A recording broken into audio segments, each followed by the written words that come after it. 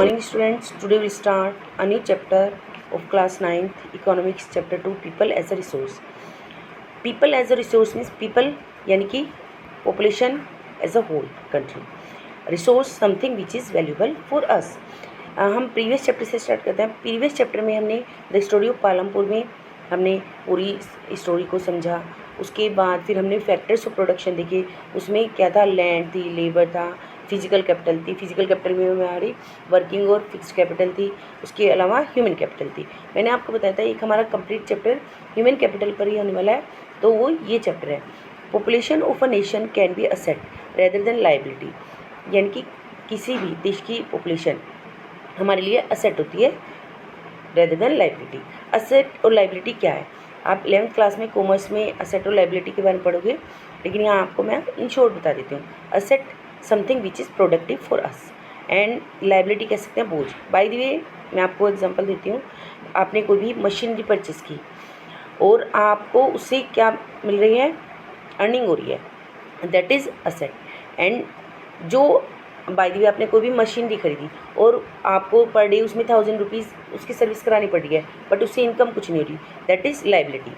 तो आप अपने पेरेंट्स के लिए लाइबिलिटी हो? नहीं, आप अपने पेरेंट्स के लिए लाइबिलिटी नहीं हो. आप अपने पेरेंट्स के लिए असेट इन प्रोग्रेस हो, है ना, कि आप पे इन्वेस्टमेंट किया जाता है, आप किया जा रहा है, आपके एजुकेशन पे खर्च किया जा रहा है, तो आप क्या करोगे, इन फ्यूचर रिटर्न दोगे. People as a resource refers to a country's working population.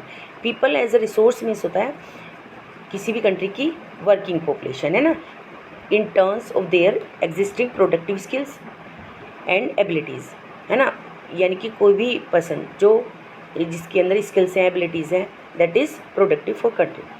When existing human resource, यानी कि जो भी ह्यूमन रिसोर्स एग्जिस्ट हैं, है ना, is developed by becoming educated and healthy in terms in human capital. यदि हम किसी भी पर्सन पर हमें एजुकेशन और उसकी हेल्थ पर खर्च किया जाए, है ना, तो वो क्या होगा, ह्यूमन कैपिटल है.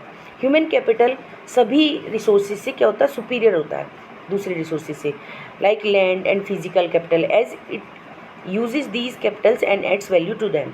क्योंकि विदाउट ह्यूमन बीइंग कोई भी रिसोर्स क्या है, वैल्यूबल नहीं है.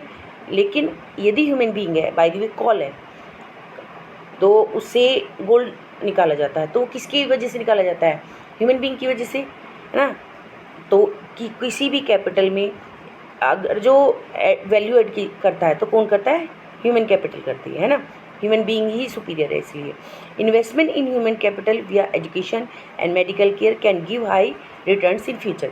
यदि हम ह्यूमन कैपिटल पर इन्वेस्टमेंट करते हैं, कैसे, उसे एजुकेशन देते हैं, जैसे आपको एजुकेशन दी जा रही है, आपकी हेल्थ पर इन्वेस्टमेंट किया जाता है, तो इन फ्यूचर हमें रिटर्न मिलेगा और हमारी देश की इकोनॉमी भी डेवलप होगी. कंट्रीज़ लाइक जापान, अब हम यहाँ एग्जांपल लेते हैं जापान का, तो वो क्या करते हैं, ह्यूमन रिसोर्स पे इन्वेस्टमेंट करते हैं.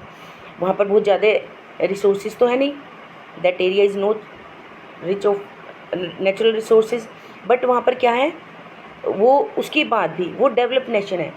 कैसे डेवलप्ड नेशन कैसे है, कि वहाँ पर ह्यूमन बीइंग की एजुकेशन पर, मेडिकल पर, उसकी स्किल्स पर इन्वेस्टमेंट किया जाता है, जिससे वो क्या है, एक डेवलप्ड कंट्री है. There is giving 2 stories. आप यहाँ पर एसेट और लाइबिलिटी की आप ये स्टोरी बुक में पढ़ सकते हैं. इन शॉर्ट में आपको बताती हूँ कि 2 फ्रेंड्स होते हैं, विलास और साकाल, सेम विलेज में रहते हैं. साकाल जो है उसके ऊपर उसकी एजुकेशन पर, हेल्थ पर इन्वेस्टमेंट किया जाता है, और इस तरह से वो क्या करता है, पढ़ लिख जाता है, और उसके बाद वो एक प्राइवेट कंपनी में जॉब करता है, एक सॉफ्टवेयर डेवलप करता है, और उससे उसे बहुत अच्छी इनकम होती है. जबकि उधर दूसरी तरफ जो है विलास, जो है विलास के फादर बचपन में एक्सपायर हो जाते हैं. उसकी मदर उसे पढ़ा नहीं पाती, वो फिश वगैरह बेचने का काम करती है. उसकी माँ का नाम गीता है. और उसके बाद जो विलास है, विलास अर्थराइटिस का पेशेंट है. उसकी मदर उसकी मतलब उसे डॉक्टर को नहीं दिखा पाती, ना ही उसकी एजुकेशन पे खर्च कर पाती, है ना. तो इस तरह से अब यहाँ पर आप क्या देख रहे हैं, डिफरेंस देख रहे हैं कि साकाल और विलास में क्या डिफरेंस है. क्या डिफरेंस देखा आपने, कि साकाल जो था, साकाल पर इन्वेस्टमेंट किया गया, उसकी एजुकेशन पर, उसकी हेल्थ पर, है ना, तो वो क्या है, एज ए असेट है.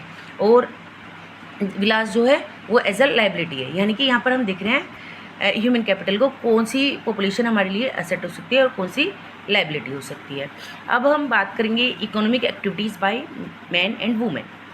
Economic activities are development and wealth producing activities, यानी कि इकोनॉमिक एक्टिविटीज़ क्या होती हैं, जो हमारे लिए धन डेवलप करती है या वेल्थ डेवलप करती है, जो भी प्रोड्यूसिंग एक्टिविटीज़ होती हैं। It creates economic and financial gain, ये हमें इकोनॉमिक और फाइनेंशियल गेन देती है by producing goods and service and adds value to the nation income, और नेशन इनकम में ये वैल्यू एड करती हैं। We have 3 type of economic activities, first primary activity, second secondary activities and next treasury sector. अब primary activities क्या होती हैं, इसे हम एग्रीकल्चर सेक्टर भी कहते हैं। इस सेक्टर में डायरेक्टली जो नेचुरल रिसोर्सेज है उनसे प्रोड्यूस किया जाता है। इस सेक्टर में जैसे हमारा एग्रीकल्चर हो गया, खेती हो गया, फॉरेस्ट्री हो गया, यानी कि जो भी नेचुरल रिसोर्सेज है उनके थ्रू जो की जाती है, एनिमल हस्बेंड्री हो गया, फिशिंग हो गया, पोल्ट्री फार्मिंग हो गया। सेकेंडरी सेक्टर में हमारा मैन्युफैक्चरिंग इंडस्ट्रीज आता है, यानी कि इस सेक्टर में हम जो भी छोटी छोटी हम कोई फैक्ट्रीज़ लगाते हैं वो सब आता है। नेक्स्ट ट्रेजरी सेक्टर में हमारा जितना भी सर्विस वाला पार्ट है, आपने 6, 7, 8 में भी पढ़ा था, वो होता है। इस सेक्टर में हमारा ये कह सकते हैं हम सर्विस प्रोड्यूस करता है। इस सेक्टर में हमारा आ गया जैसे ट्रेड वर्क आ गया, ट्रांसपोर्ट हो गया, कम्युनिकेशन हो गया, बैंकिंग हो गया, एजुकेशन हो गया, health, tourism, service and insurance वगैरह। तो इस तरह से ये हमारा सारा इकोनॉमिक एक्टिविटीज़ के अंदर आता है।